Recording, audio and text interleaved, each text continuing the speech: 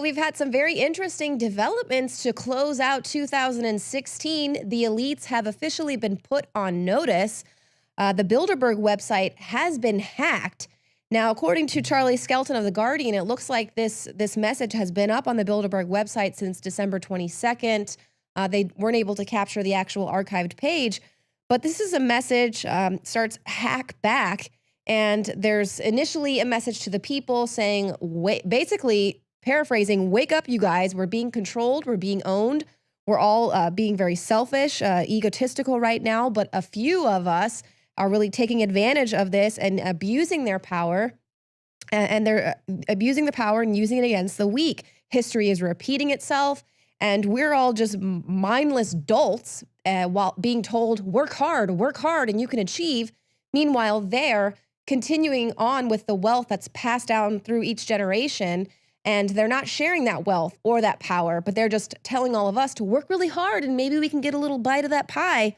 But then it's interesting because it has a message directly to these wealthy elites who, of course, go annually to these Bilderberg meetings, these private, secretive forums. So it has this message directly to them. And this kind of sent shivers up my spine. But once it gives them a year, it says you have 1 year, 365 days to truly work in favor of humans and not your private interests. And then it goes on to say, mind the current situation. We control your expensive connected cars. We control your connected house security devices. We control your daughter's laptop, your wife's mobile. We tape your secret meetings. We read your emails. We control your favorite escort girl, your smartwatch. We are inside your beloved banks, and we are reading your assets. You won't be safe anywhere near electricity anymore. We will watch you. From now on, you've got to work for us. So they're basically saying, look, you're the ones that have built this prison planet thinking that you're going to enslave all of humanity and control all of us and do away with the dollar so that you can control all the cash flow and all the banks, and scandalously rob the people of our money. They're turning it around on them saying, look, you're the ones that are trying to give us driverless cars so we have no control, no freedom. But guess what? We can hack into those cars. And then at the very end, it gives a greeting to Phineas Fisher. It says, cheers to Phineas Fisher. You're one of the greatest humans alive. And Phineas Fisher is a notorious hacker. He was able to kind of famously last year, we reported on this, he hacked into an Italian security firm. And this Italian security firm, I can't find the name right now, but they are actually the ones who develop these spying tools to governments all over the world. So they're selling all these spying tools, all of these kind of oppressive instruments to these oppressive regimes. So Phineas Fisher last year hacked in to this security firm and put out all of their, all of their information via their Twitter account that they also hacked into. They published all their emails, all their files, all their source codes, and it was accompanied by a link to a torrent file, 400 gigs. So this is Phineas Fisher is basically like, we will hack you. We have the means. We've done it before. And so that little nod to Phineas Fisher at the end was very telling. The elites have been put on notice. Owen Schroyer, to me, this is pretty thrilling. We'll see if anything comes of this. Obviously 365 days. What do you think? Do you think there's anyone that's actually going to these Bilderberg meetings that's sweating? We know usually it's the above the law like we see with Clinton, but... Well, it's the age-old question, who's watching the watchers? Mm-hmm. And you take this message at its word, at face value, they're claiming they've got it. They're hacking. They are no longer safe. Now they are watching the watchers. Now, can we buy that? Is there any legitimacy to that? Is that an empty threat? Obviously, we can't tell right now. But it does kind of add this weird element of suspense, whether or not the Bilderberg group feels it or not. I think we all kind of feel it because it's like, well, do we actually have this strength now? Do we, the people, actually have the ability to put the fear into these people that they've been putting into us? Are they, just like he said, when he talks about you're not safe around electricity, I mean, it's the same for us. Look, if me and Leanne are having a conversation and my phone is out, well, then they can record that conversation. Right. They can turn on my camera right now. And that's what the governments have been telling all of us. This was the big message when Edward Snowden exposed what was going on with the NSA. The big message, and all the media was running around with this as well, and they just were like, it's fine. They were saying, if you've got nothing to hide, then you have nothing to worry about. And then turns out, when it happened to Hillary Clinton and everyone at the DNC, they weren't very happy about it. And now they're willing to go to war with Russia, allegedly because they leaked these emails to WikiLeaks. So they themselves, when they're exposed, that's a big problem, even though Obama promised to be the most transparent administration ever.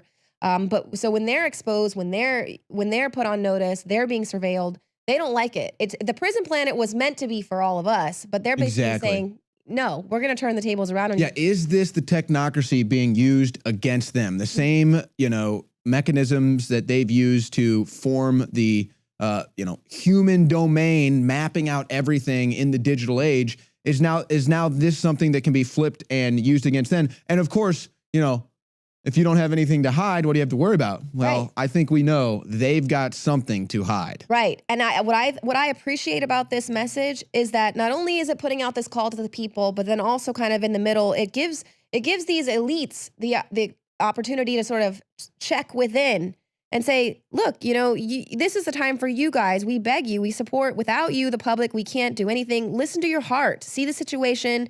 You can make the world a better place. So it's almost like appealing. Not everyone is bad that goes to Bilderberg. They invite all sorts of people there. But there really are people that have the ability to change the world. So it's just kind of like, look, we're putting you on notice. You have a chance to do the right thing. Otherwise, you're going to be exposed, just like Clinton and Podesta. Well, here's the thing. Whether they take these threats seriously or not, we'll never know. It's not like they're going to make some statement like, oh, we're scared. No, we're at risk for hacking. No, they'll probably just brush this off. But the real way to actually hold the Bilderbergers' feet to the fire is for public awareness. If every person on planet Earth knew about the Bilderberg group, knew what they did, they wouldn't be able to operate in the mannerisms that they do. They wouldn't be able to pull all these strings, pull all these levers for power like they're doing. So we've already seen it come such a far way where, 10 years ago, they would say that the Bilderberg group didn't exist. Now it's entered mainstream news. Just a couple of years ago, we actually forced the media to cover it. And that's just what's so incredible. I know there's like a law that talks about how quickly things begin to advance and it starts to accelerate. And that's what's happening here. I mean, for 20-something years, Alex has been talking about the Bilderberg meetings. It didn't exist, conspiracy theory. Then in just the last couple of years, they were forced to create a website. Now they put out their agenda. Now here we are, they're going to be hacked and exposed. Whew, what a time to be alive. I think it's amazing. And so George Soros coming out saying Trump is a would-be dictator, everything he's got going on with his Open Society Foundation and all the different uprisings that he has personally invested in and bankrolled, he is going to be exposed. All of the evil demons, there is nowhere to hide. The light is shining in all of the shadows. And, who knew technology would be the way? And no wonder they want to control it and shut it down. Well, and speaking of ramping up, this is something that's non-political, but is happening around the earth right now. Volcanic activity strengthening around the world. You had volcanoes in Italy, Peru, Japan, Alaska, all increasing their activity. And we've been hearing about this for a while, but also experts reveal earthquakes in Nevada would have killed people and cost more than $1 billion if they would have hit just 90 miles north. Wow. There's also increased earthquake activity happening on the west coast of the United States right now and in other places around the world. Obviously, there was another tsunami in Japan recently. So, these are the kind of things that and then we we've only got nuclear war on the. It's fine. We only seem to care about these things after they happen. But it appears that more people are bringing these, things to light. So hopefully people can prepare and, hey, you might need some emergency food. You might need an emergency plan. Hopefully we don't have a big volcano or earthquake, but you need to be aware that these things are possible. Right. Well, and it's interesting. When I went to go cover the Napa earthquake a couple of years ago, I talked with a scientist there, and he said for the state of California to put together this program that would give the citizens there a 10-second warning. It's not much, but 10 seconds, a surgeon could lift the knife off of someone's eyeball or something if they had that warning. It's only like $300,000 for them to invest in this for the entire state, and they wouldn't even do that. Well, they're like 300 trillion in debt over there. Oh, and thank you so much. And thank you guys so much for tuning into the show tonight. We will see you guys in 2017. Have a happy new year.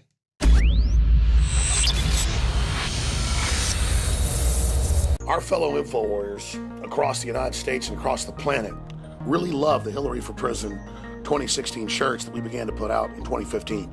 It became a global meme against globalism and corruption, and a very strong maxim that's now being continued on today. Now, President-elect Trump has come out and said it's not his job as president to call for prosecution. He's not supposed to. But that obviously Jeff Sessions, as the new Attorney General, if he's confirmed, will certainly carry out his duties. But Roger Stone a few weeks ago, right after the election, said, Alex, you got to bring Hillary for Prison back. And I said, yeah, but it's a limited edition. It's over. You know, she's been defeated so far. And he said, what about Hillary for Prison 2017? We need those at the inauguration. They're trying to intimidate Trump supporters and nationalists everywhere. That shirt is powerful. It's not just a shirt supporting Trump, like your shirt that says Trump is my president, which we put out before he won, predicting it, putting our name, our guts on the line, but something exposing who the other team was pushing so that people don't forget and so that the push for justice continues. So it's a great way to support the broadcast. It's a great way to have another historic shirt to spread the word and to meet like-minded people of every race, color, and creed who bleed red blood and want justice. It's available. It's another limited run. I don't know how long we're going to offer it, but definitely only a few months. It is Hillary for Prison 2017, and here's the biggest and best part I almost forgot. This shirt arrived in an 18-wheeler, printed right here in the USA a week ago, and I forgot. I've been so busy to even talk about the fact it's been in the store.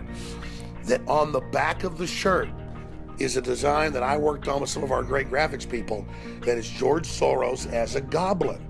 I made a goblin joke a year ago about Trump, saying you better not, actually get in bed with the goblins if he has to work with politicians, but I understand if he has to actually, get knee-deep in their political guts, but he just can't get caught in bed with a goblin. So we now have George Soros, because the media attacked me on this whole goblin meme. They've made huge jokes about it, but it's totally blown up in their face.